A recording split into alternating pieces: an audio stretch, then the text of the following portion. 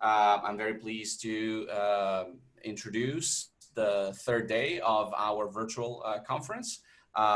Without further ado, our first panel will be chaired by Chris Anderson, who is a professor at the University of Leeds and also an associate editor at the journal. I'm very grateful to Chris for all the work he does for the journal and for accepting my invitation to chair this session.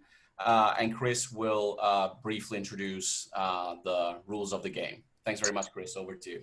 Great, thanks, Christian, and thank you so much for all your hard work getting people together. This, again, you seem to have done the best possible version of these online conferences. So thank you for all of it, and thank you for everyone joining us in whatever time zone you're in. It's really great to have you here on day 3 of the IJPP conference. So the way this is going to work is that I will introduce each speaker or speakers before they begin, introduce them, their affiliation, and the title of their papers. We are requesting that they speak anywhere between 12 to 15 minutes, and which will give us 10 minutes for questions. Each set of questions will happen as soon as the speaker is done, which means that if you do run over your time for any reason, the only consequence is that everyone here will have less of a chance to talk about what you wrote. So please think of your fellow attendees if you look like you're running over considerably. I'll give everybody a 12-minute one. In other words, I'll let you know you have 3 minutes left at 12 minutes into your talk, and then at 15 minutes into your talk. And after that, I will just let you go and just stop you at 25 minutes. And I will speak, which is a bit rude, but given the virtual format, there's no way to kind of hold up signs or anything like that. So forgive me in advance for doing that. For everybody here, like I said, hopefully we'll have about 10 minutes for questions after each speaker. The way we are doing this is, please ask your questions in the chat, type them out. I will be monitoring the chat, and I will, pick out the questions, hopefully all of them that we can ask the speakers when they are done with their presentation. And we will be, so just, and also just feel free to use the chat to talk about the talk while it's going on. There's no reason why you can't weigh in as the people are speaking. So I think those are the ground rules. Again, thank you all for being here, and let's just start. So the title of this session today is Media and the Many Facets of the State, which is a really great topic for today. And to start us off, we have a paper, Censorship, Circumvention, Tool Use in Iran, an individual level analysis. And we have Aysenur Dal, I told you how to get it wrong, Bilkent University, Turkey, and Erik, Nisbet, Northwestern University, who are going to take it away. Aysenur, you're up. Thank you. Okay, so let me share my screen. I hope you can all hear me. Okay, you can hear me, right? Yes. Okay, great.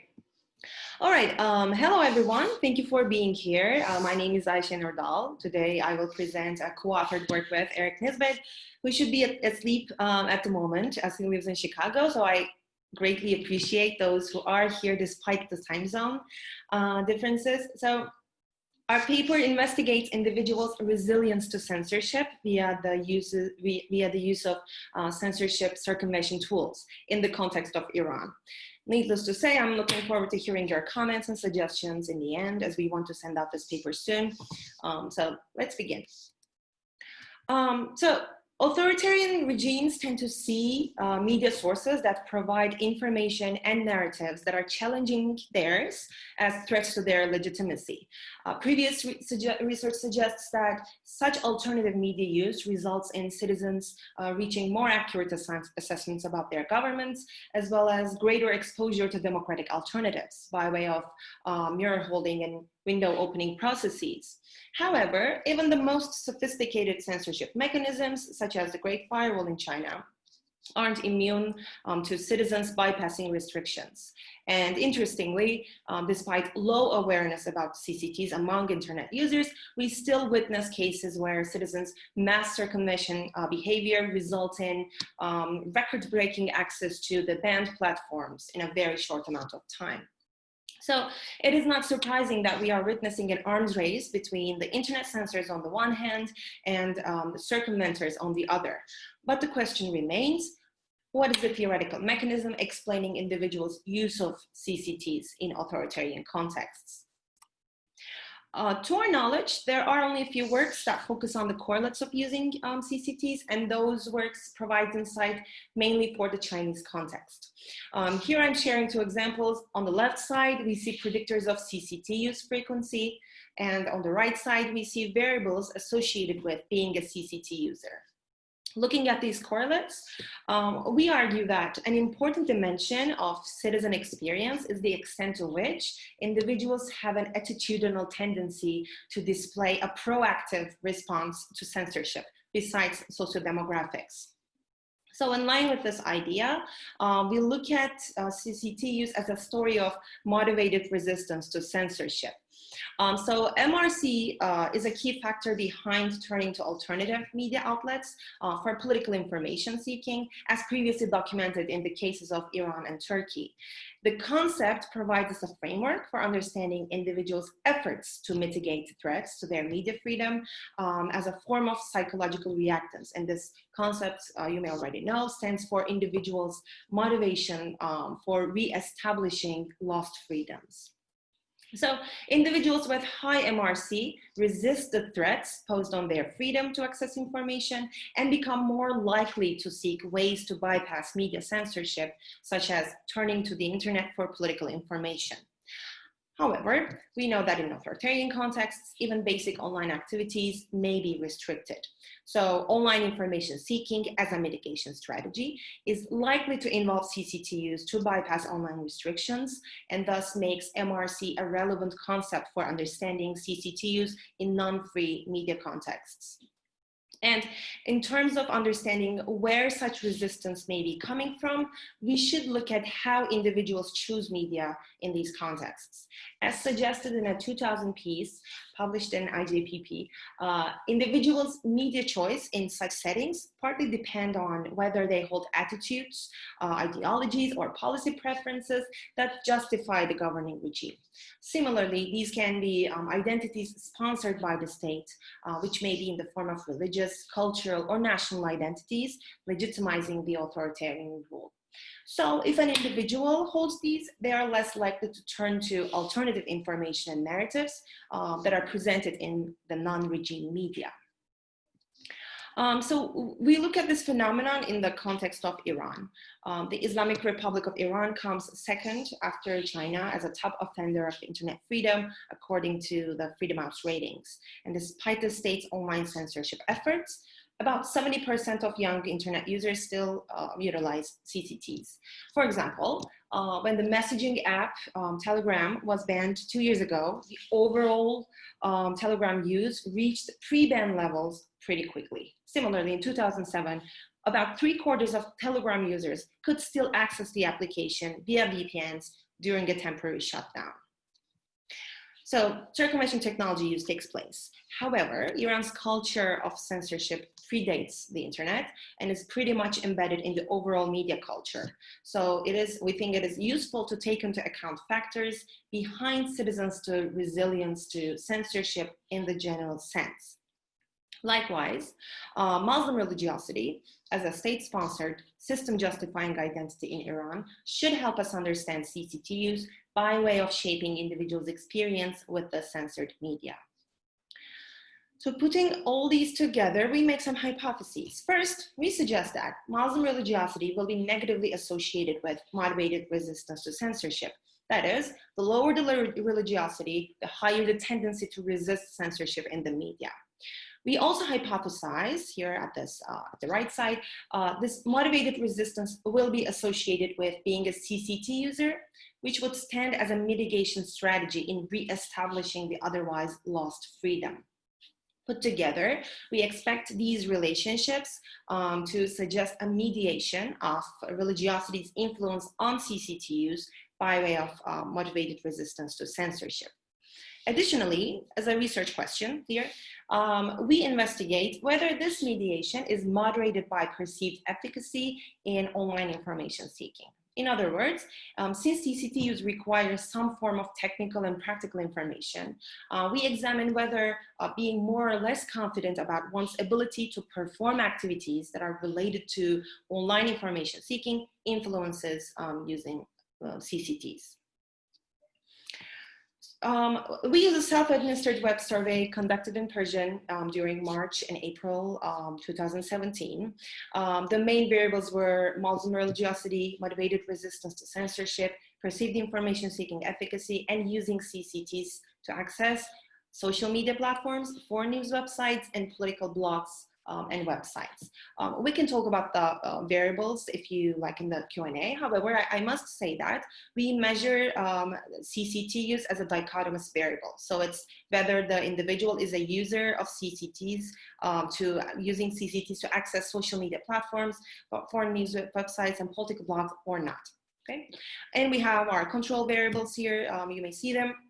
And for our analysis for testing mediation and moderated mediation, we used a Hayes macro process.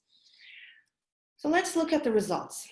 Supporting our first hypothesis, the findings suggest that those who report low religiosity exhibit greater motivations to resist censorship. Next, confirming our second hypothesis for all three DVs, motivated resistance to censorship is associated with greater likelihood of being a CCT user. Okay? And providing for our third hypothesis, which suggested mediation, our analyses suggest that there is a significant indirect effect of Muslim religiosity on being a CCT user through motivated resistance to censorship, and this is significant for all three DVs. Moving on with the moderated mediation research question, we found that there is a significant conditional indirect effect only for using CCTs for accessing social media platforms. So the moderate mediation was insignificant for the last two DVs. And here is the illustration of this moderation. We show that motivated resistance to censorship is significantly associated with greater likelihood of using CCTs to access social media, conditional on the level of perceived information seeking efficacy.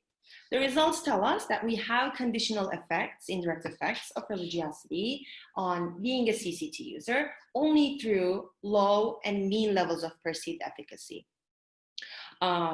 So if an individual is already perceiving themselves to be highly efficacious, highly confident in information seeking, their level of motivated resistance is not affecting their likelihood of using CCTs. And I believe this may be due to some sort of a false confidence in that maybe those who feel less efficacious have greater awareness of censorship so that they know that there are external, maybe insurmountable limits posed upon their access to information, but I'm willing to discuss this.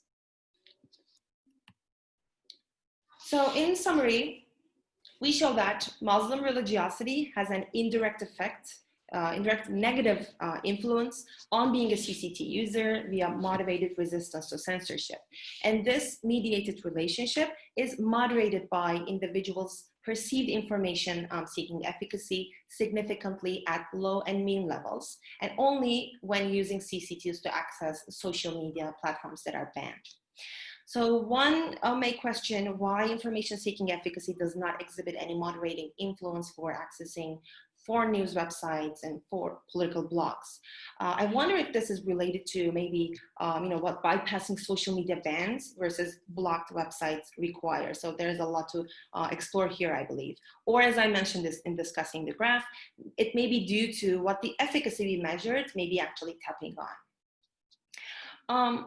So understanding the dynamics of CCT use at the individual level provide useful insights regarding citizens' resilience to censorship.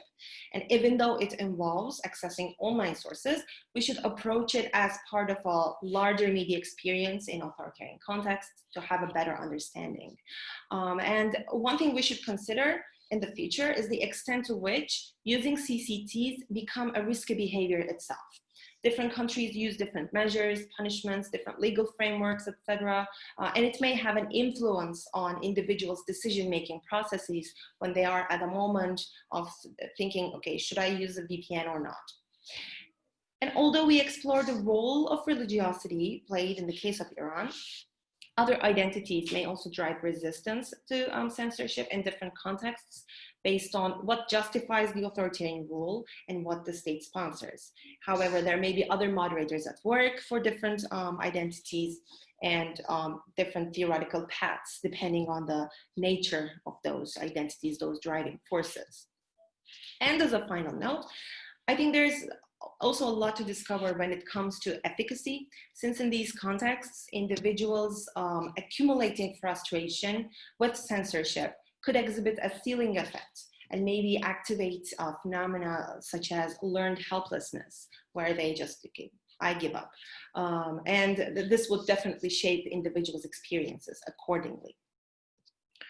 So yeah, that's all from me. I wanted to end with this graffiti image from Turkey. This was shot right after the Twitter ban in 2016, and this was painted on an apartment building to help neighbors bypass the ban. And I thought that this would be a good way of representing the arms race between the online censors and citizens using internet despite the restrictions on a daily basis. So yeah, that's all. Thank you. Wonderful. Thank you, Aysenur. That was great and right on time. So we have a good 9 or 10 minutes left for questions. There are two that sort of related in the chat that I want to get to, both sort of related to the technical aspects of the work. The one sort of ties into the bit you talked about at the end with this question of whether there was a ceiling related to efficacy. And the question is, how did you measure and define efficacy? So how did you actually measure and define that? And then a related question, which I'll just ask them both up front, is simply what sampling method did you use for the survey? Okay, so let's first begin with the efficacy. So this was the question that our respondents answered. How self-confident are you about your skills and ability to find the information you want when using the 3 different platforms? So it was not about efficacy in using VPN or using CCTs, but efficacy and how confident they are in terms of finding the information they want. Okay, so this may be a factor in what we found in the end. So as I said, the high levels may denote something else. Since there is the awareness would lead to different, pathways. And for the second question, we worked with Qualtrics and Iran Poll, and the sample was defined based on we had some criteria for age, education, to meet the statistics that apply to Iranian internet users. So it was basically a quota sampling in that sense. Chris, I can't hear you. Sorry about that. Yes, thank you so much for that. So this is a tough question, and it's not one that you should necessarily be expected to address on your own. But, just sort of to toss it out there, feel free to respond if you want. And then I imagine this will be something that can shadow us for the rest of the conference, which is basically, in the context of different media cultures, is it even possible to talk about different models of censorship and freedom of speech in different countries and cultures? Can we say that in some cultures, restrictions on freedom are not perceived as a negative phenomenon? So are you already operating from an overly Western perspective, I suppose, that this is somehow, yeah. I think it's more about how do citizens perceive censorship, the goal of censorship. Maybe we have a piece looking at Russia, and there we see that there's a lot of people who support censorship to an extent because the underlying the text is saying, okay, we are protecting someone from, misinformation, or we're protecting the children, whatever. So depending on how individuals conceptualize what we call here censorship, yes, their reaction would be different based on that. But here, I think, and this is something that I've done for my dissertation as well, looking at Turkey, it's more about where they, stand in relation to the censor, here the regime, and whether they identify themselves as someone who will be fine with whatever is being offered here, and accept the rationale for the filtering out, or asking for more, or feel like they're being suppressed, and go for more. In that sense, I don't know if that answers the question, but I think it's very contextual, should be explained contextually, and I guess what someone calls as censorship or repression will not be perceived as so by others. So I think individual perceptions are highly important at this point. Yeah, when I think of questions like this, and the sort of way you noted contextuality, I always think of a piece that Matt Powers and some co-authors published in IJPP, which talks about this very question of kind of contextuality in international research. So if folks are interested, I would recommend checking that piece out. I can share it in the chat when I have a free minute. So we have three kind of questions on religiosity and religion here, which I want to make sure we get to, and then I have a question also related to religiosity, which I'll get to if we have time. There it is. Christian just posted that paper by Matt. Okay, so let me just go back. So up the screen, the chat here. Okay, so religion. First question is, does the analysis begin with the premise that more religious equals more compliant in Iran? Is that sort of the starting point of the study? Not more compliant maybe, but less likely to challenge the regime, as religiosity is in line with the system justifying attitudes. Okay, so it's not, definitely equating them, but the perspective that we begin is already putting those identities, those attitudes at the center in terms of understanding media use, media choice in general. And in different contexts as well. I mean, this doesn't really need to have negative connotations on that in that sense, but it's basically, whether individuals are needing to hear something else because something just doesn't go in line with their predispositions or what they believe. I don't know if this is, and there are different examples from different contexts. Sometimes it's more of a party-based thing, sometimes it's religiosity, sometimes it's ethnicity. So again, it depends on the context, but it's more about, where you're standing with in relation to the decision makers who are responsible for censoring or allowing freer media. And I guess the question is, there's no reason why religion, seen in a sort of a very broad way, would be more or less meaningful a variable than, say, youth, right? In the studies that you looked at earlier. I mean, certainly they're both very broad. They're broad brushes, but given the nature of these sorts of studies, there's no reason why one can't talk about religion in the same way. One can't talk about religion in Iran in the same way that one is talking about being young in China. Mm-hmm. Right. So another question about religion. So how did you measure it? I guess it was self-reported, but yeah, how did you measure it? And is it? And this is, I think, quite an interesting trust on this. Is it a sensitive question to ask in the Iranian context, and can you trust the answers of your respondents if they are saying? So these are the two items that we averaged to achieve our Muslim religiosity question. How often do you engage in salat, namaz, or dua, which is prayer? So this is a frequency measure. And then how religious are you independently of how frequently you engage in prayers. And this was a 1 to 7 item, a scale, and we coded non-Muslims as never and not religious. Okay, so that's important to note. And as I said, we standard and average the responses to get at the Muslim religiosity. And you said, you asked something about, sensitivity. I guess there's always this risk of, asking a sensitive question or not, but I don't know. I think we had some good variance in that sense.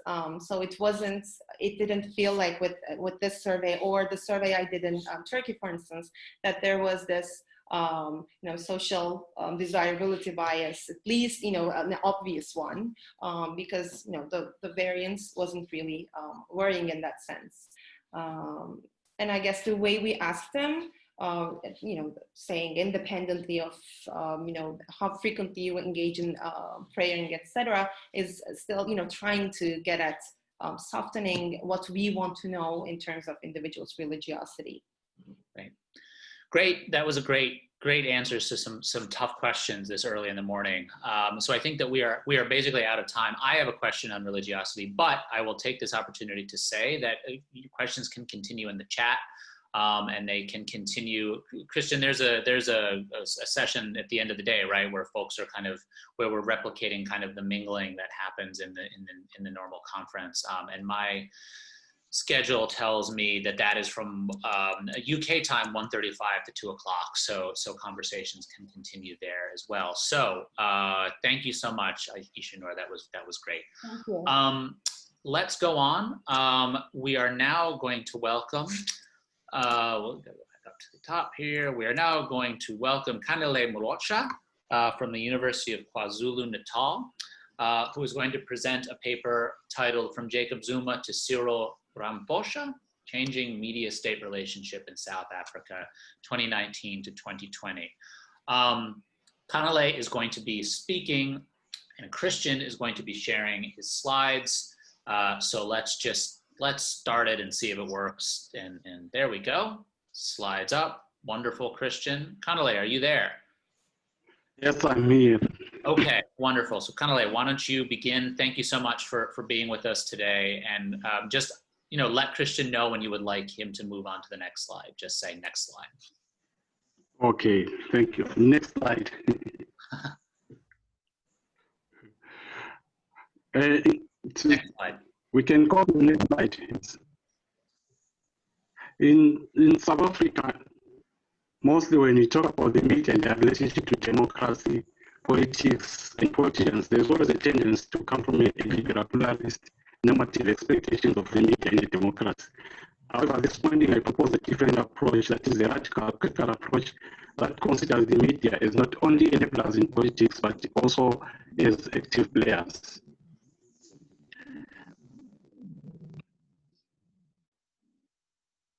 We can go to the next slide. This morning I want to argue that in South Africa,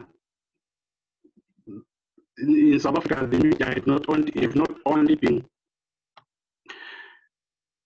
I think I was looking at this slide before this one. I want to argue that the media in South Africa have been largely ambivalent in the way that they relate to the state.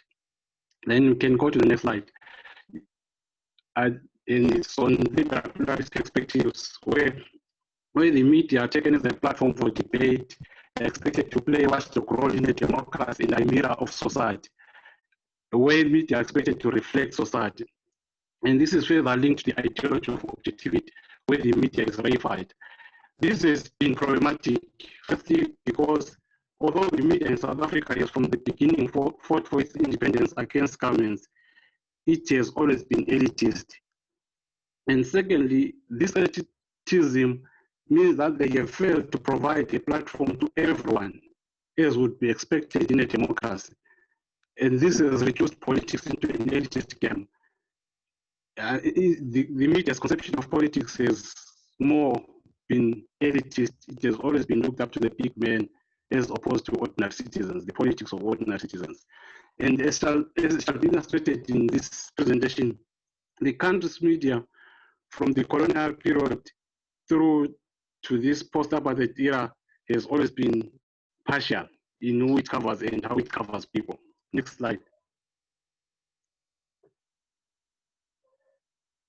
Next slide. This morning I propose critical and decolonial perspective, where the relationship between the media, politics, and players in South Africa is largely seen as a sort of elitist, a sort of an elitist pact. The political economy of the media, in terms of, if you look at it from the political economy of the media, the South African media has always been regarded as racist, and if you look at the way it covered politics or the way it did these things before the post-apartheid era, that is before 1994, you will see that the media have always been interested in sort of white politics or white economy as opposed to the black communities. And then after apartheid, I mean, the South African Human Rights Commission has set up sort of an investigation in the media, and they've come up with a ruling that the media are always, they've been racist in their coverage of the media. And it is the racist nature of South Africa's colonial capitalism and its links to politics and democracy, including in the post-apartheid period, which explains how the media have wittingly or unwittingly served the status quo. Maybe the history of brave newspapers that fought the apartheid system, that is the black press, explains the ambivalence that we see in the media today. At times, we see the media trying to hold Mr. Ramaphosa to account, but largely the media have always remained soft on the current president, Cyril Ramaphosa. Now to go to the issue that I'm talking about, that is the slide on Jacob Zuma and Cyril Ramaphosa. Yes. Jacob Zuma is, Jacob, if you look at the media, Jacob Zuma has always been portrayed as someone, firstly, when he came into power, he was not a darling of capital, and from the start, the media has ridiculed him. That is the next slide. Has ridiculed him as a person, and including his politics. They've considered him as uneducated, a reckless man who told the court that he showered after sex, is polygamous, and is a corrupt man. On the other hand, Cyril Ramaphosa, a billionaire and a businessman, has always been the choice for capital, the choice of president for capital and business. And from the start, the media have also embraced him. And it is clear why the media has embraced him as a reformer. It is because the media, as companies or media in their links to capital, that has affected their editorial policies and their perspectives towards Cyril Ramaphosa. And the man is regarded as clean, as the man who's supposed to clean Zuma's mess, the 10 years, the lost 9 years, the lost 9 years. And he's rarely put under scrutiny for his role in the, for example, the Marikana killings, the CR17 donor issue, and what all this means for democracy. Next slide. This morning, I'm going to talk mostly about the CR17 sort of fiasco, which includes the public protector Busisiwe Mkhwebane. What happened is that towards the 2017 conference, the African National Congress, the ruling party's conference in 2017, the CR17 campaign, which was Mr. Cyril Ramaphosa's campaign for the president of the ANC, mobilized a lot of money and a lot of resources from capital to campaign for the president for the presidents of the ruling party. While all this was happening, the media kept on shining its spotlight on Mrs.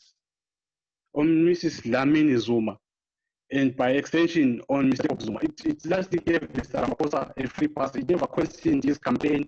It never looked at his campaign, even though there were allegations of corrupting party structures, and there were allegations of that sort of, in the run-up to the elections, there were a lot of legal cases, top lawyers were hired, and some structures of the ANC did not vote at the conference in December 2017. And even though this was flagged, the media didn't pay attention, they didn't care so much about it.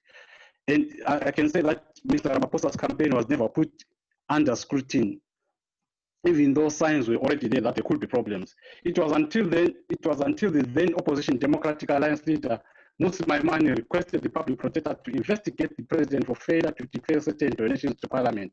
This was after the opposition leader got a tip-off about a Posasa. Posasa is a company, Posasa donation to the president's campaign.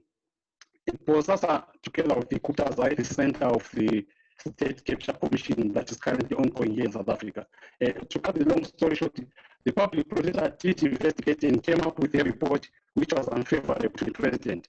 Since then, the matter is dragged in court and it has played out in the media.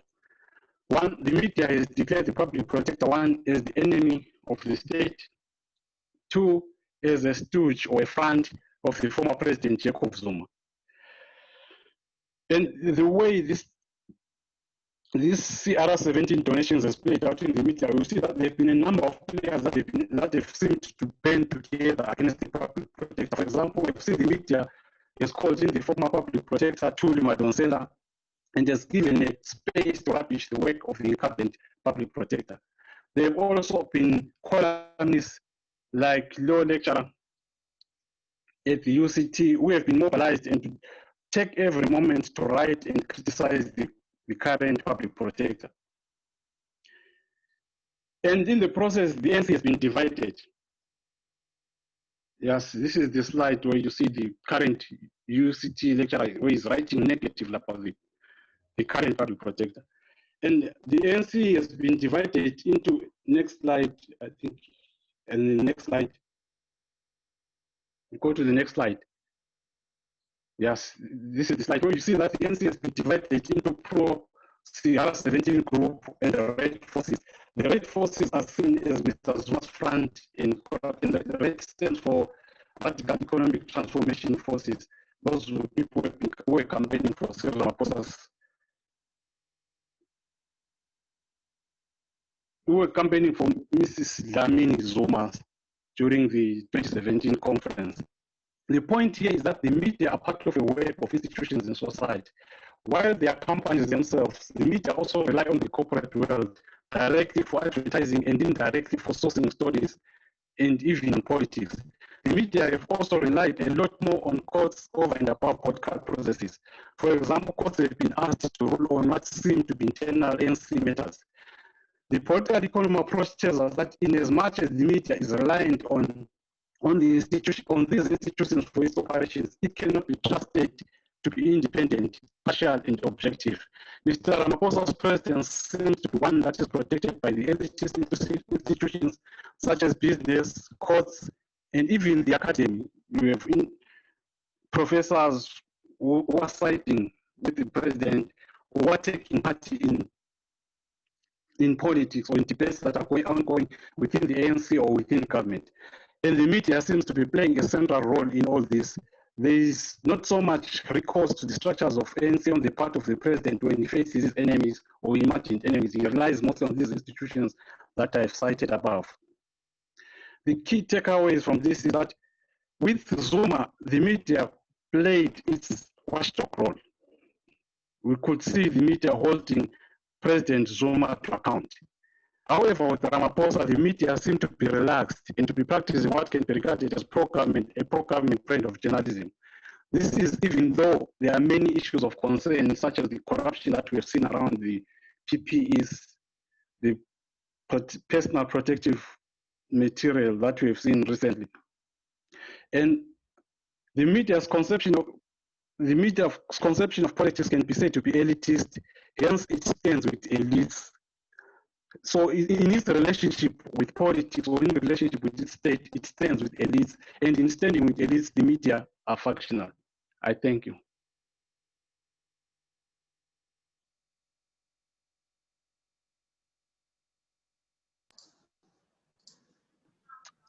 Great. Thank you.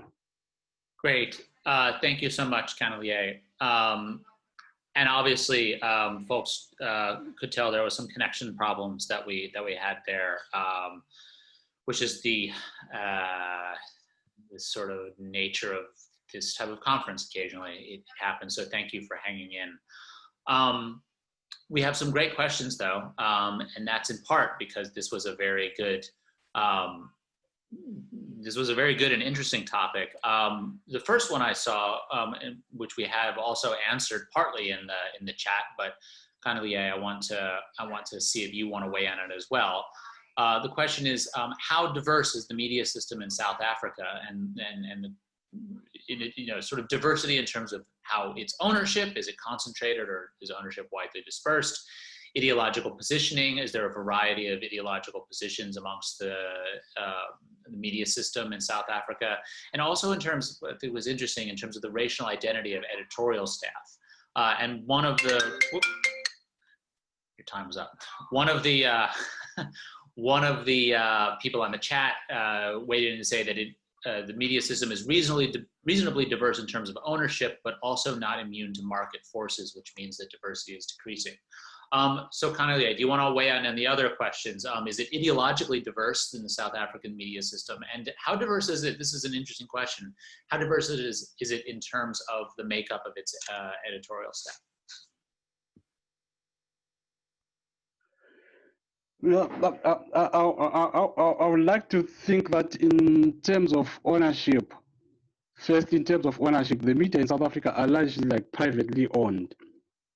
In the here I'm comparing them to media, for example, media in Zimbabwe, where media in Zimbabwe is largely government owned, with few people, with few individuals or private individuals who own media. But in South Africa, they are mostly privately owned. But that doesn't, I don't think that means they are so diverse, especially in terms of ideological position, because you'll see that in terms of their editorial policies, or in terms of how they view stories or how they write their stories, they seem to follow sometimes similar lines. Even they might be owned by different companies. There are a lot of they might be owned by different companies, but in terms of their editorial coverage, they will always sort of follow a similar line, especially when it comes to politics. It seems the media have come to a point where they have sort of agreed that there is either the country or the country's politics is divided to either you are pro Zuma or you are pro Cyril Ramaphosa. Sorry to use those two individuals, but I think maybe I should use, like you said, that you are pro liberal or you are pro sort of, yeah, to the left of politics. So the media, it's not like ideological diverse. It's divided into those who are pro-liberal and those who are pro-left. But most of the media are pro-liberal in South Africa. And in terms of racial identity, I think things are slowly changing. Like if you look at it from 1994 up to today, they are slowly changing, with black faces coming in, Indian faces coming into newsrooms. But still, the media are still largely white in terms of how they view issues. Great, that was a really great and comprehensive answer. So Christian just said that you all are welcome to turn on your video cameras at any point if you feel comfortable doing so. The video is set by default to be off, but feel free to turn it on. It is nice to see people's faces there, and I'm starting to see some pop up now. So it's great to see all of you brave enough to turn it on either early, late in the day or whatnot. It's nice. Let's see. Okay, so this is a very good question. Could you please elaborate, excuse me, could you please elaborate on the mobilization of the law lecturer? How influential are such columnists specifically, and how influential is the mainstream media in general, given that we're in a digital social environment? So maybe answer this question about the law lecturer first. I mean, how influential is this columnist? I'm not sure about his influence in terms of the whole media ecosystem in South Africa, but within some sectors he has influence. The law lecturer has influence because if, for example, let me start here. If you look at the way where our media has gone, it's like the columns that he writes, or for the specific newspapers that he writes for, are newspapers whose journalism is not necessarily the journalism that is relied on what we used to call straight news, like he said, she said, the 5Ws and the H. But it's now new websites like Daily Maverick, which rely mostly on analysis. It's mostly the stories, the articles that they write, that they share are based on analysis. So if you look at it, he has a position as a law lecturer at university. And in that, most of the politics around the Ramaphosa is revolved around courts, around law, and so on. That means as a law lecturer, as a teacher of law, he has an influence or a position or a platform from which he speaks, and he has influence, large influence around people at that level, like at that level of the. But I'm not sure about his influence when we come down to the grassroots, like the ordinary citizens in townships and so on. I'm not sure about his influence because I'm not sure if they read those kind of news websites. Yeah, I think, yeah, in terms of the influence of the mainstream media, I think the first slide where I showed the first slide, you will see that the mainstream media is slowly losing its influence, like its grip on the media ecosystem or the public sphere in South Africa, because you'll see that it is being contested, especially if you look at Twitter. The mainstream media is being contested each and every day. They put out a story, and the story is, someone responds, the story is questioned. Like largely, you feel that people rarely believe what they read in the mainstream media these days. So I think they are slowly losing their influence. Great. This is good. I'm learning actually a tremendous amount about the South African media system just in this talk. So this is very good. Could you be a little, well, you know, I'm going to skip that one. I want to get to this one, since I think it's a slightly different question than we've had so far. And the question is, what does the changing relationship between the state and the media say about the changing political and ideological shifts within the ANC? In other words, is this mostly happening at the level of the ANC that's sort of driving changes in the media, or is the media somewhat autonomous in terms of what it's doing, regardless of what is happening with the ANC? Does that make sense, the way I rephrase that question? Now, let me try to answer it. What I know is that first we must look at the importance of the ANC. The ANC is so central to South African politics. That's why even the election for the next president of the ANC in 2017 was more like the election for the next president of the country. Because whoever is the president of the ANC is likely always going to be the president of the country. So the ANC sort of occupies a very central position in the politics of South Africa. And then the media, I think the media are sort of, like I argue, that they are linked so much to a lot of, they play a central role of bringing together these institutions, bringing together the ANC on the other hand, bringing together capital on the other hand, bringing together the courts, bringing together the academy, all these other institutions, sort of to create the political public sphere that we have in South Africa. So I think the relationship between the ANC and the media, I can say that it is mutual, like it is. Mm. The media have influence on what is happening in the ANC, and the ANC also has influence on what is happening in the media. Because if you look at, especially President Ramaphosa's presidency, in terms of the changing relationship between the media and the state, you can see that somehow the media have always been critical. Like, I mean, it has always seemed like the instinct of the media to be critical of the government. But somehow with Ramaphosa's presidency, it seems the media is losing that critical edge. It seems to be bending together, to be coming close to Ramaphosa. And coming closer to Ramaphosa is not necessarily coming close to the ANC, because we must admit that after 2017, the ANC itself changed because it became factional.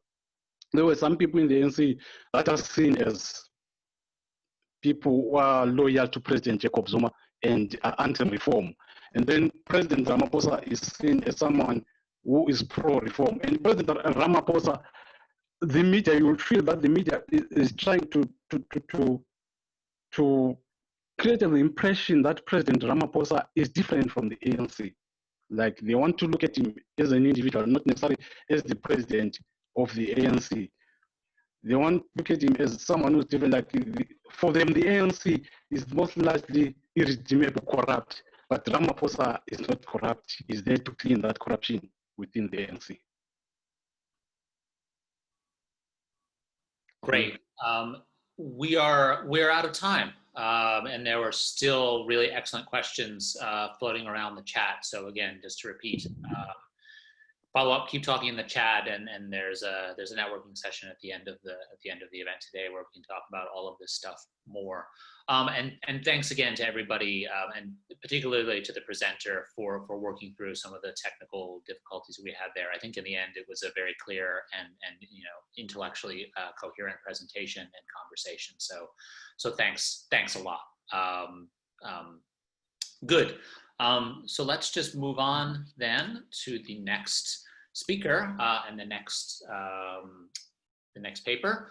Fatima El Issawi at the University of Essex and the London School of Economics is now going to talk about media pluralism and democratic consolidation, a recipe for success.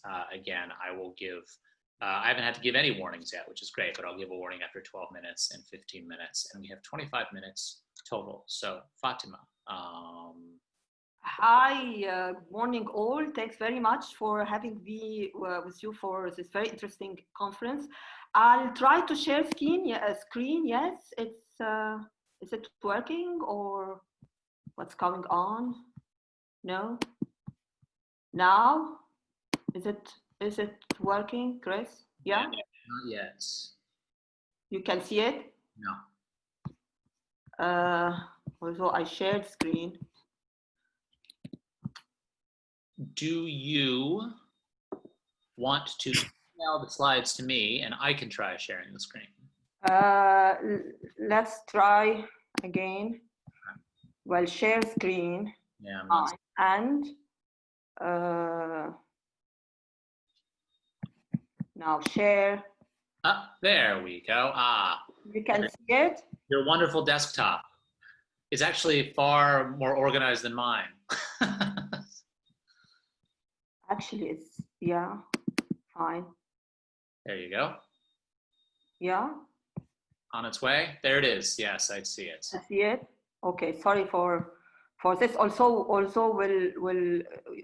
we trained with Christian from day one. Okay, you can see it now. Yeah, it's perfect. It's perfect. Perfect.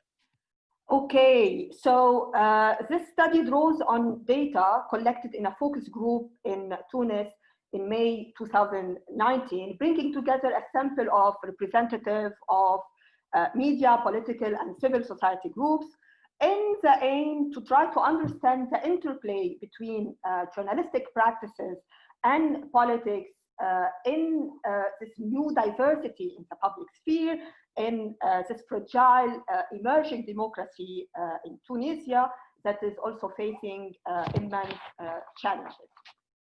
Well, this is part of a larger research project funded by the British Academy Sustainable Development Program. The project Arab Media and Transitions to Democracy looks at the interplay between journalistic practices and political change in difficult paths to a democratic route. So it's based on a qualitative investigation with journalists and media stakeholders in 5 countries in the MENA region, and looks at the political role of journalism, this ambivalent role as both a force for democratization, but also an engine for division, polarization, and sometimes support for autocratic practices and old structures.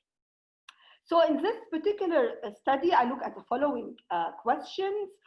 What is the nature of this emerging political and media diversity in Tunisia? And can we talk about genuine pluralism? What kind of pluralism we can see there.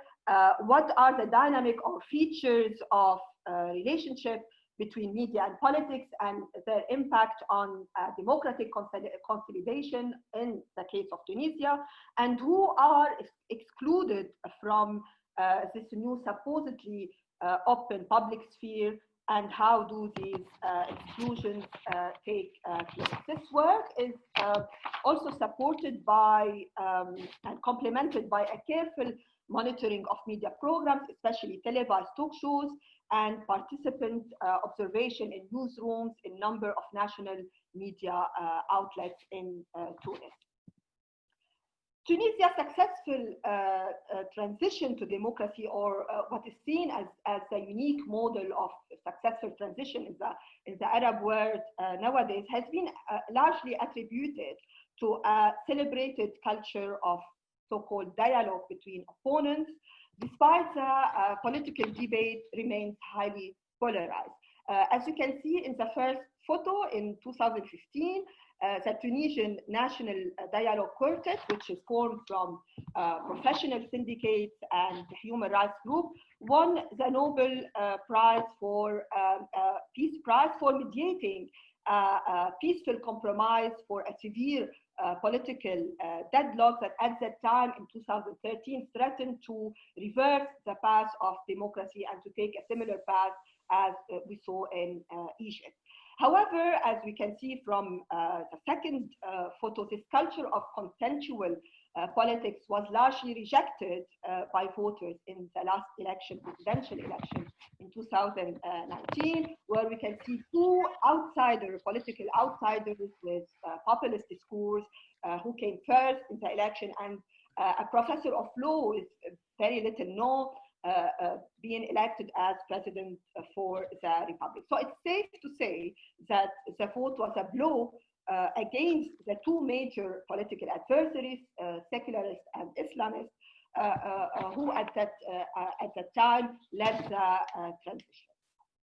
How this consensual governance is reflected in the media and political landscape? We see that the media landscape is diverse, but it's also highly fragmented. We see that the number of media outlets has increased dramatically. The private broadcast sector has unleashed the appetite of businessmen, largely using their investment in media to have a say, to buy a say in the political sphere. According to a study by the Media Ownership Monitor, several national TV channels have either a direct or indirect link with a party or a politician in breach of their cahier de charge. An important example is this politician here, Nabil Karawi, who used to own the popular TV station Nisma. He used to be a leading member of Nida Tunis, and then he formed his own political party and ran for presidential election. We have a new independent regulator, HICA, for the broadcast, but it's largely perceived as weak. It fails to implement its recommendation or order for lack of political support. For instance, we have three popular TV stations, including Nasma, who continue to operate and to broadcast, despite they have yet to abide by the cahier de charge specification. So HICA was unable until now to implement the order to suspend their broadcast. This is in large, this is reflective of fragmentation and instability in the political landscape, with more than 200 political parties and 10 governments formed in simply 8 years. In understanding this, the nature of this emerging pluralism in a highly polarized environment, I use Chantal Mouffe's notion of agnostic pluralism in media and politics, and its importance to in transforming antagonist conflict to agonist ones, where the opponents are seen as legitimate adversaries rather than enemies. While saying that the pacification of conflict does not mean ignoring their importance or repressing them, but rather allowing them to take form in the media and political culture without destroying the political association. I also use the notion of civic culture developed by Almond and Verba to stress the importance of behavior and norms in building a culture that allows such agnostic space to exist in media and politics in everyday life through a kind of tolerance towards opponents, active participation in government, civic association, and trust.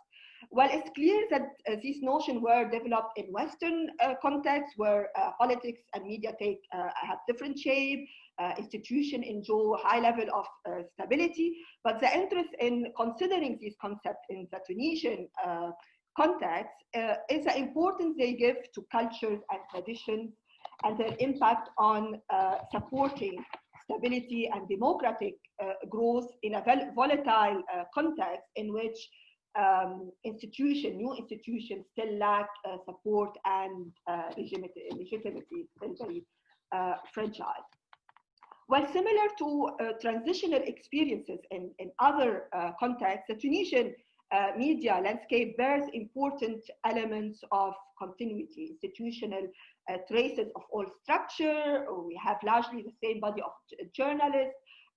Media funding is the same. So it's colored by a tough struggle between inherited traces, inherited structure, and element of change. It also shows traits of political parallelism, but I prefer to use media instrumentalization rather, because this is a clientelism, this is a parallelism that is led by clientelism based on interest, based on changing alliance and loyalties that are always moving and shifting, rather than the classic divide between left and right or secularist and Islamist. Although we tend in the situation of Tunisia to try to understand everything ongoing as it is reflective of the divide between Islamists and secularists. So there is a strong instrumentalization of media that is also feeding negative polarization through narratives of othering, of exclusion, that are not only common on social media platforms, but also on traditional media, and somehow contributing to a greater disillusion among the public with the whole democratization process. So moving now to the focus group, the first question was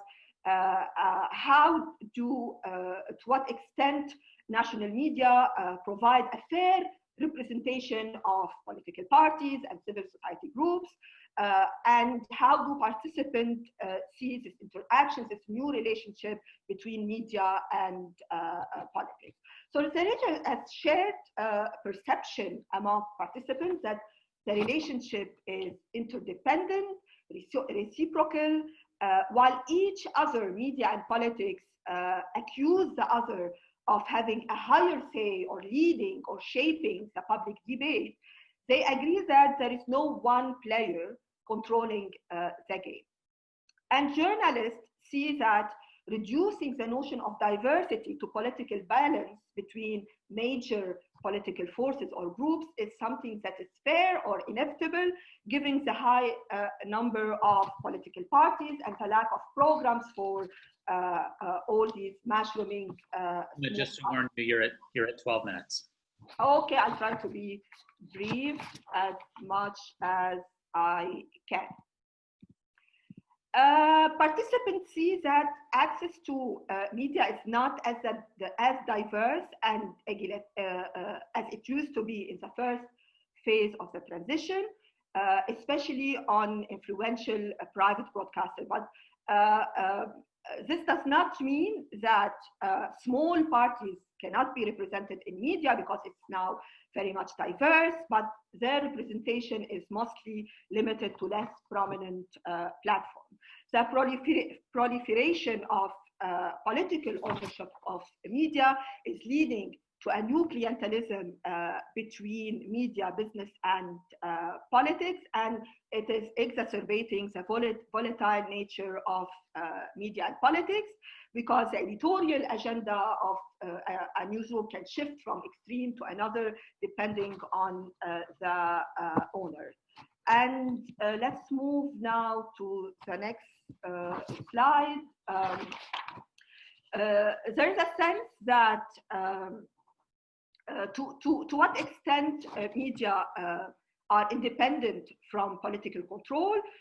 Journalists talk about return to former regime restriction and pressure from all political groups. So media, old guard, and political elite both expect that media continue to function as a passive extension of for their politics and a PR for their program. So there is no big change in the culture of politics here, and the pressure is higher on the public broadcaster, especially through the appointment of the higher management.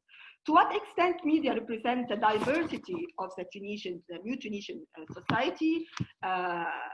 Media, but especially televised talk shows, are accused of turning political diversity into a kind of political adversity for the sake of larger audiences, and this is blame on a new format very popular on private broadcaster, which is the evening talk shows in which the TV commentator called le chroniqueur, who represents usually the political voice, which is absent from the show, in order to create a kind of fake balance. So he plays a central role as he is entrusted to provide meaning and orientation for political conflict, but also to create himself conflict and struggle to ensure the debate is heated enough to attract large audiences.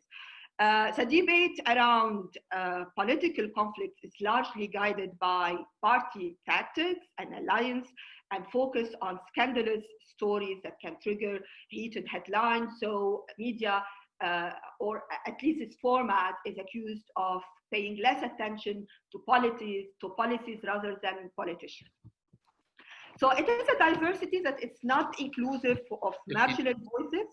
I'm finishing in the civil society, local groups, groups who are against a popular governmental policy, and women in politics who suffer very weak visibility because of the reluctance of political parties to propose them for important media debate, or the reluctance themselves to take part, fearing to be being slammed on social media platforms. Then quickly finishing with some conclusions or some thoughts. The hybridity and uncertainty of the emerging media landscape is encouraging a kind of interpretative journalism defined by ambiguity. The media politics nexus is interdependent with strong features of struggle, but also cooperation and adaptation.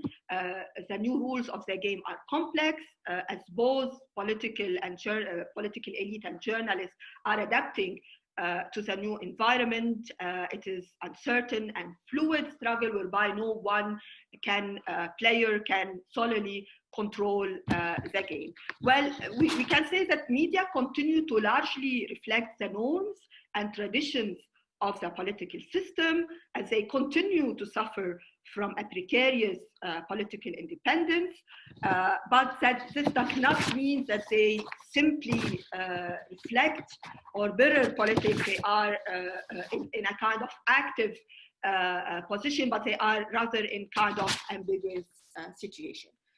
Well, I stop here, and thank you very much for allowing me to add a few minutes to this. Wonderful. No, wonderful. Thank you, Fatima. That was great. So as always, feel free to ask some questions in the chat.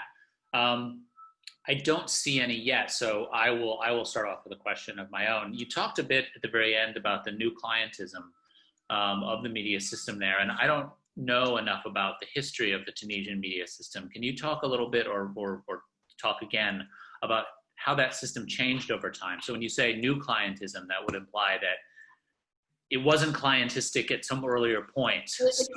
It used to be before clientelist as well, but in a different shape. I mean, this is a paper that I tried to summarize in few slides.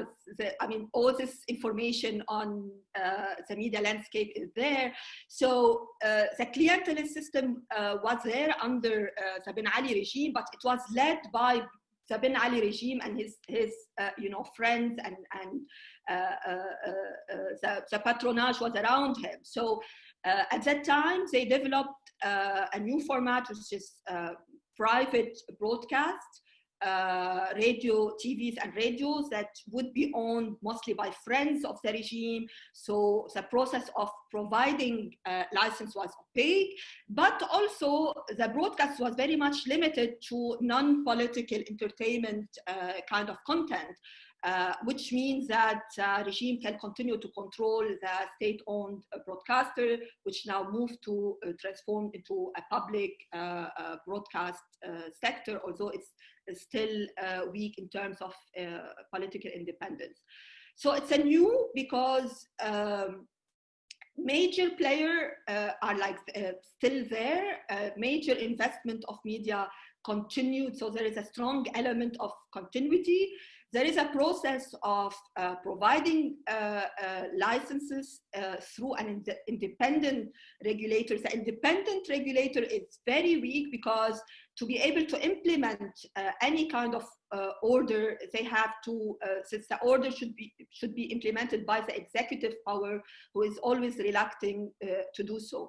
The other problem that we have 3 big channels that were inherited from the old regime, employing a large number of journalists. So a question, important question in the debate was, also, will we go to suspend NESMA, knowing that hundreds of journalists rely on it for their living, and then what we will do with them? So unions of journalists and union in general were not happy with this possible solution of the problem. The other thing that, despite the fact that political ownership of a broadcast and political activity is forbidden, there is little tool to really implement it or to monitor it, simply because the funder of media, like Karawi, can simply sell their share to another owner and to pursue ambition in politics, while they continue to have impact and to have indirect control of the news agenda of these powerful broadcasts. So it's very mixed image landscape, because diversity is very high, but it's mostly external pluralism, where we can see the news, the editorial line shifting in few months from an extreme to another, just because there is a new owner, or that the owner changes political loyalties. Great, thank you so much. We only have about 3 minutes left, so I'm going to combine 2 related questions into one. Both have to do with sort of what we used to call social media, and now we'll call more platform media.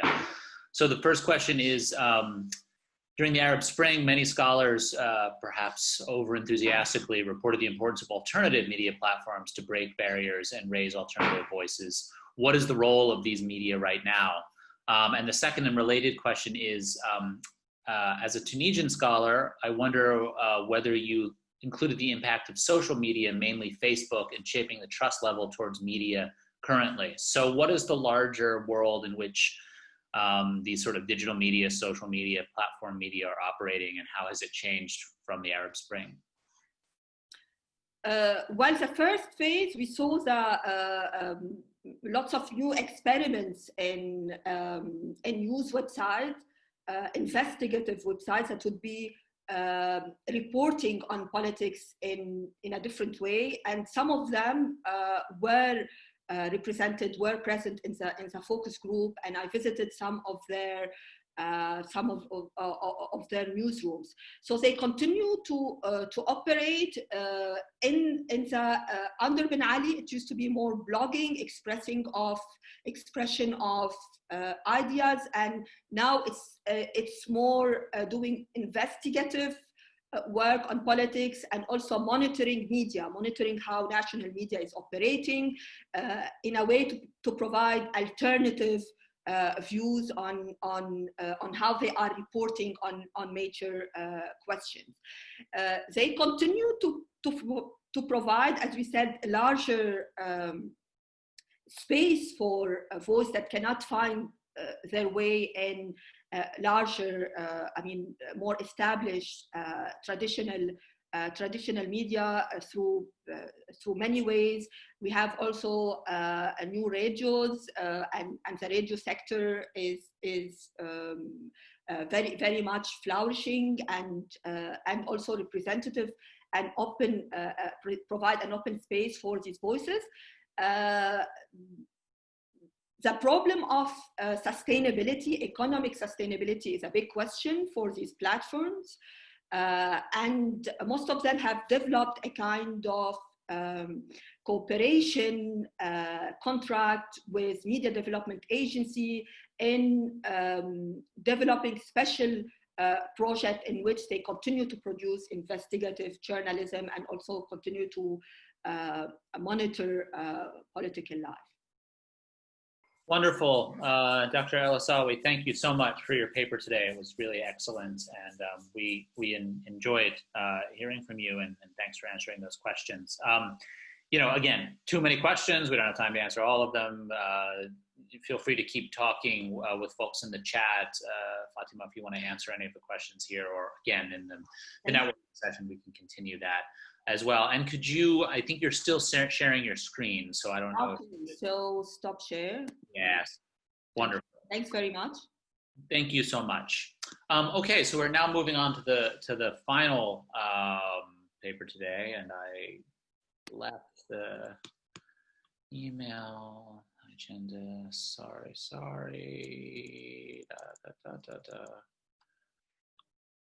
It is going to be Aleksandra Raspopina from the City University of London presenting on alternative news in the Russian public diplomacy strategy. This looks great. So Aleksandra, feel free to take it away. Hi, everyone. Can you hear me? Yeah. I'll just start sharing my screen immediately.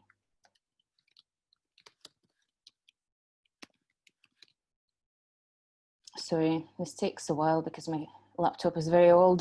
Don't worry about it. There it is. Yeah. There it is. So I'm gonna just get straight into this. First I'll talk about what this presentation is going to be about. I will briefly review the aims of this paper first. Then I will explain that I am looking at RT as the main topic of my paper, and then I will explain why I'm looking at it through a public diplomacy lens, and I'll give you some background information on the channel. Then I will sort of try to contextualize the alternativeness and mainstreamness in the context of RT, and I'll move on to my findings. Well, very briefly, I'll go through methodology. If someone has any questions, please feel free to ask. It's not the most exciting topic to be talking about. And hopefully I'll have time for my conclusion. I think I might be 15 minutes rather than 12.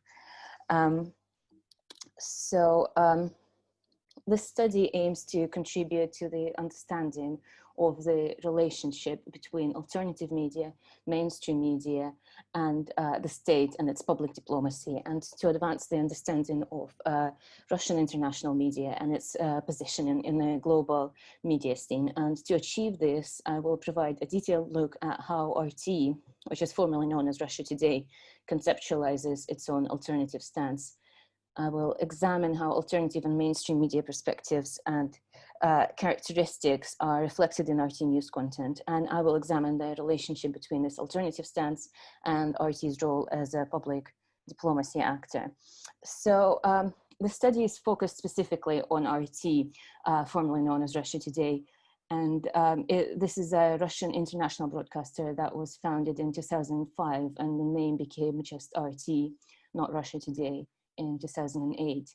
And now it broadcasts as RT International, RT America, RT UK, as well as RT Arabic, RT Spanish, and the documentary channel called RT Doc. And it is state funded through the Russian state budget, but the channel maintains that it is independent editorially and that Kremlin doesn't have a say in what they cover and how.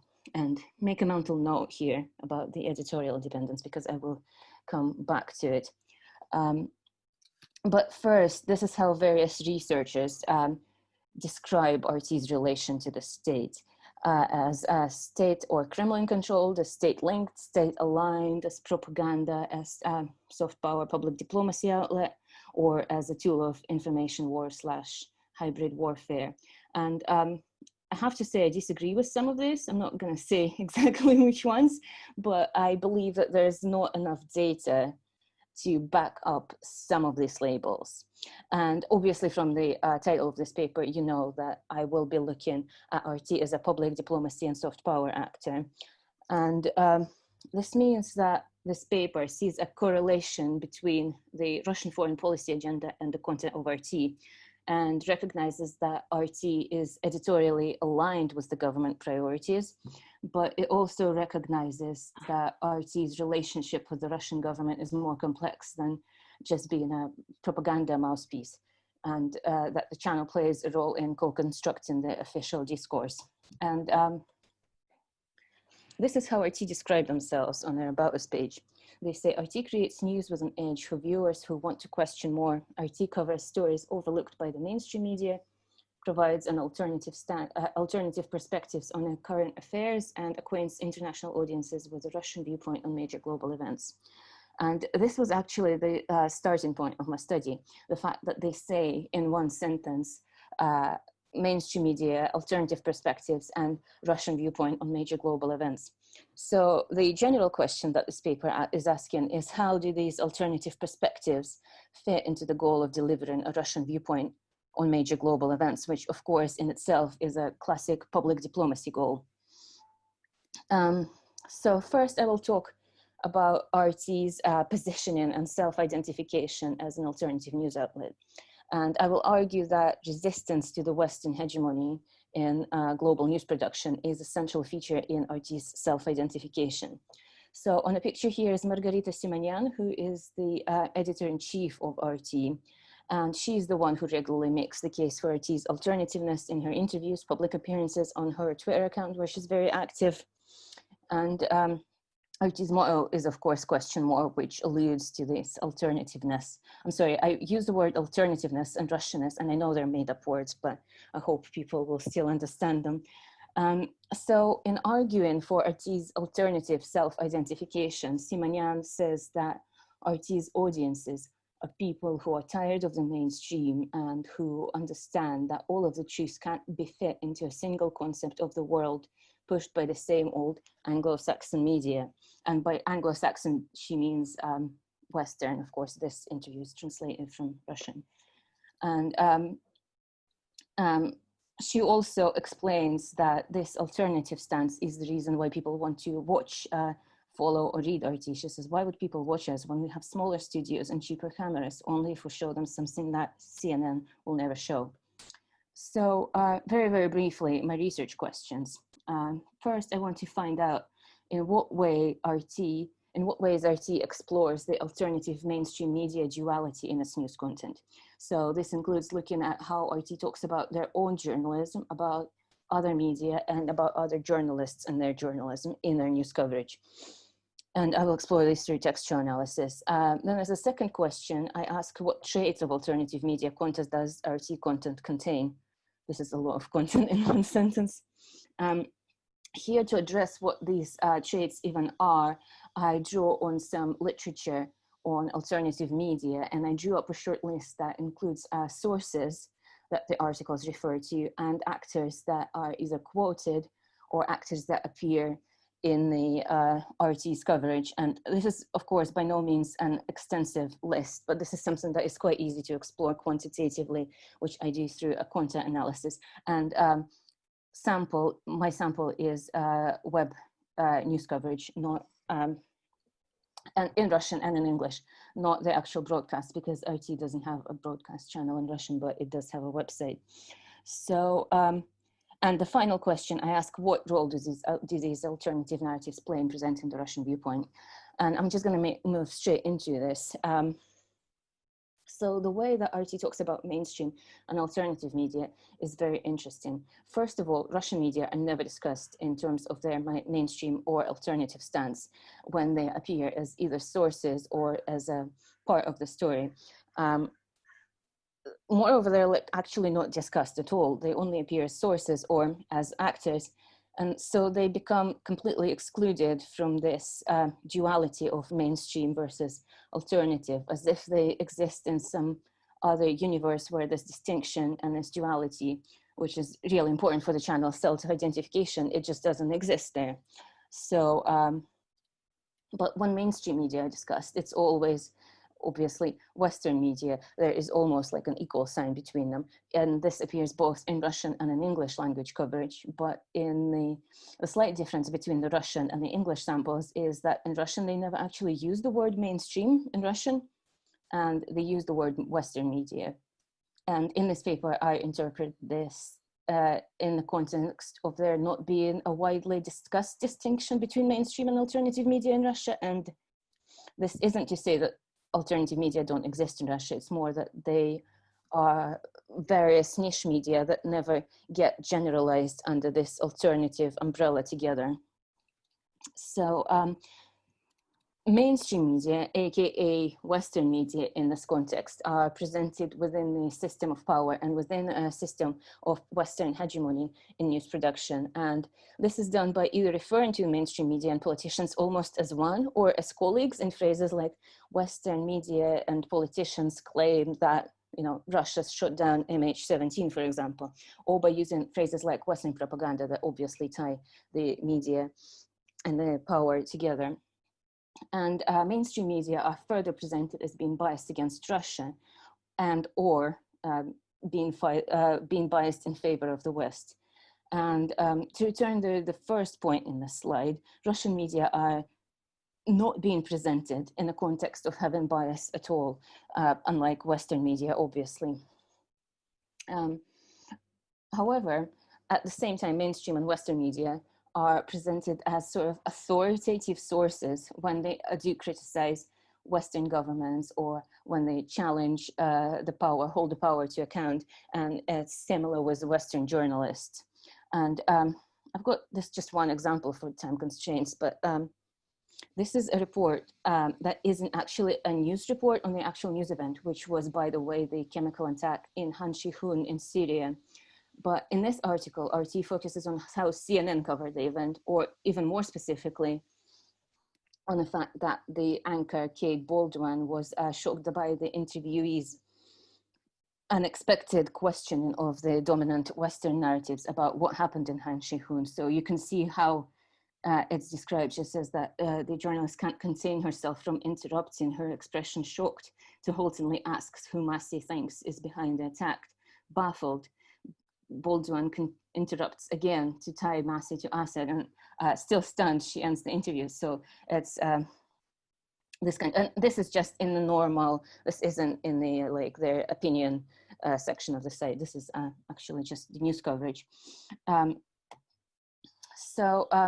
This way, when RT discusses media and journalists as a part of its own coverage, it firmly delineates the mainstream alternative duality and places itself in the alternative category. And pro-Western or anti-Russian views or anti-Russian views become the main feature of the mainstream media, according to RT. And at the same time, when we look at the characteristics of content, we see something interesting, slightly unexpected. We see that mainstream media and news agencies are actually the main sources that RT coverage refers to. You see it's lower in some cases, but it's up to 60%, for example, in coverage of war in Ukraine. And government officials as well. And this table doesn't even include things that are less than 10% in all of the categories. And further, when we look at actors, we see that RT coverage relies on official actors to voice their stories, not in a literal sense, of course, but rather as actors who get quoted in their coverage, who get a voice. And as an example, these are Russian and foreign actors who get quoted in RT's English language coverage of the war in Ukraine. And I have to specify here that foreign means all the countries apart from Russia and Ukraine. And that these percentages stand for each actor's share of quotes in all the text in a sample. So together they will not make up, they will be more than 100% because more than one actor, of course, could be quoted in the same text. And you could see that for Russian government officials. Sorry, very quickly, 12-minute warning. So okay, thanks. I will be moving on then. So, and I think just as a quick point, I think the audience and the panel will probably agree that these numbers are fairly high for a media that claims to be an alternative source of news. And this reliance on mainstream media sources and officials' voices does not connect with the commonly accepted view of alternative media as media that relies on citizen, grassroots, community, activist sources and voices. However, among these foreign officials, there's something interesting that I detected through a textual analysis. So this, there is a high presence of partisan and quote unquote fringe actors. I wasn't sure if this is the best word, so please don't criticize me for it. I might change this actual word, but basically these actors are presented in a way that diminishes their partisan credentials and appeals to instead the mainstream authority. So for example, Western politicians from right-wing parties, so UKIP, National Front, AFD, Freedom Party of Austria, they are all presented in a way that actually their parties are not named in the text. They're named just by their names and sometimes presented as British official or German politician, for example. Moving on. So what role do these alternative narratives play in presenting the Russian viewpoint? First of all, RT's alternative stance is always based in Russianness, and mainstream media are always presented in the context of Western hegemony in global news production. This way, delivering the Russian viewpoint in major global events, and you might remember that this is an actual quote from their About Us page, it becomes in itself an alternative media strategy when the global media production is understood as being dominated by Western and mainstream media. And very briefly, conclusions. So as a public diplomacy actor, RT employs the mainstream alternative media duality to deliver a pro-Russian message. And pro-Russianness, again, I apologize for the amount of made up words in this presentation, but pro-Russianness becomes the central feature of the alternative media stance as RT presents it. And in fact, the message doesn't even have to be explicitly pro-Russian to be accepted by RT as an alternative. It simply has to challenge the Western narrative of the covered events. And thus RT's alternativeness is RT's public diplomacy, the goal of which is to explain and argue in favor of Russia's policies and its actions to foreign audiences. And as far as implications go, we have to think about audience perception. And of course, this is in no way an audience perception study. And when people ask me about audience perception, I become this gif of Mariah Carey who says, I don't know her, but it would be not fair to completely ignore this. So the question of RT's audiences is, and particularly who they are and how they perceive what RT tells them, has been troubling researchers for a very long time.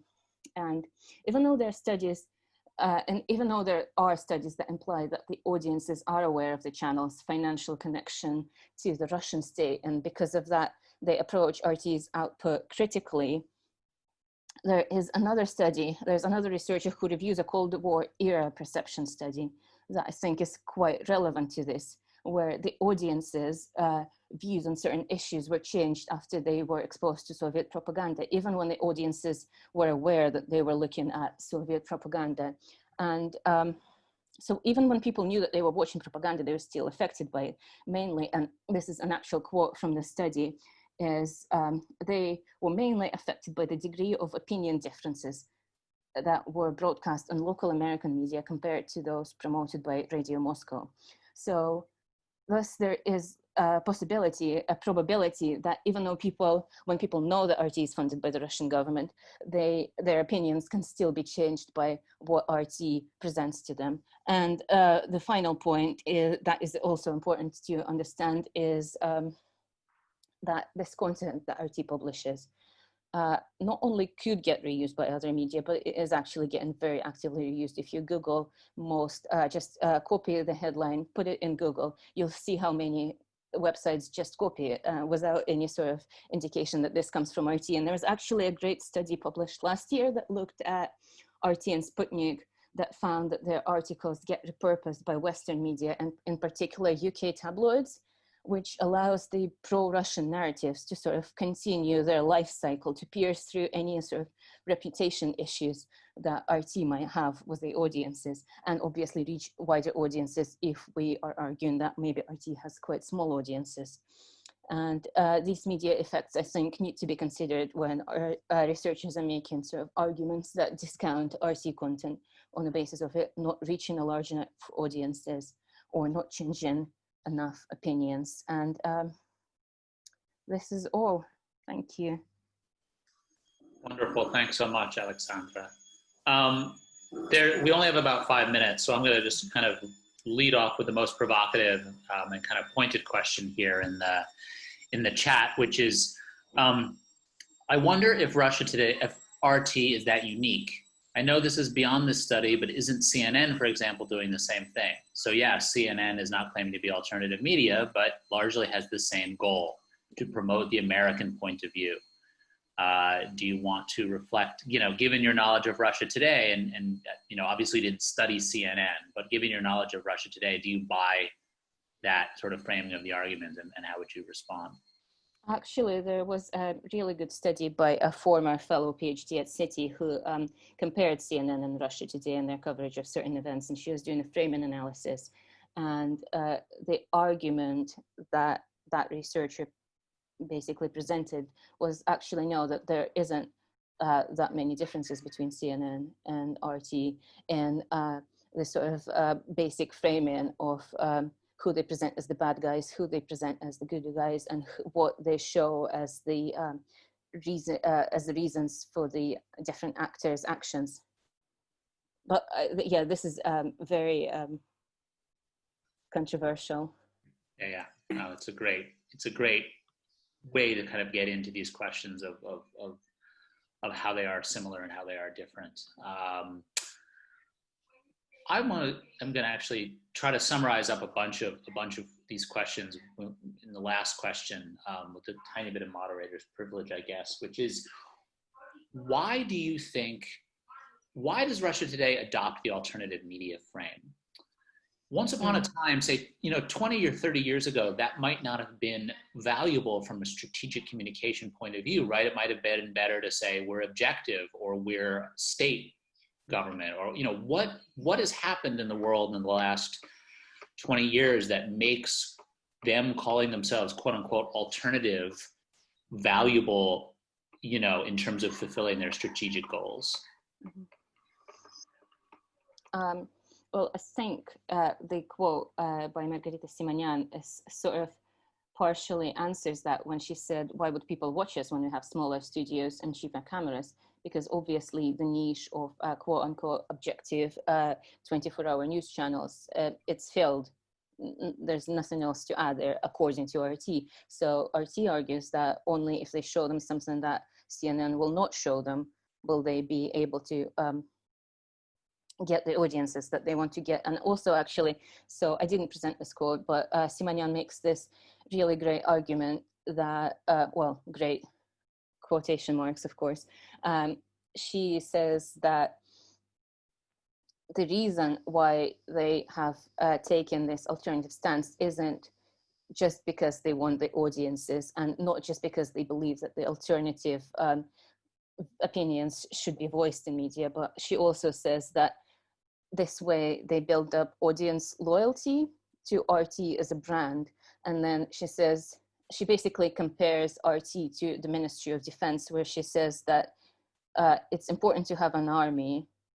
It sounds so bad for RT. I have no idea why she actually said it in an interview, but she says, you can't build an army just a day before the war starts. So we are building up audience loyalty in order to argue for Russia when it needs to be done. And I think it happened a few times in RT's existence when RT needed to do some very unpopular things with its audience. Like, for example, the Skripal interview, when they interviewed the poisoners and literally no one in the world believed them. But yeah, I hope this answered the question. It did. No, and it was two very big questions, which you answered very well. We're about out of time. I mean, it's 10:39 UK time. And the schedule that I'm reading says that the next panel starts right on time at 10:40. Is that right, Christian? Yes, Chris, that's correct. Right, so I just want to end this then by saying thanks to all of the paper presenters. A really fantastic morning session. I learned a lot, and I hope you all learned a lot as well. I am going to step back now from my moderator role and turn it back over to Christian and Erik Boosie, who hopefully has got some coffee in hand to lead us on to the next panel.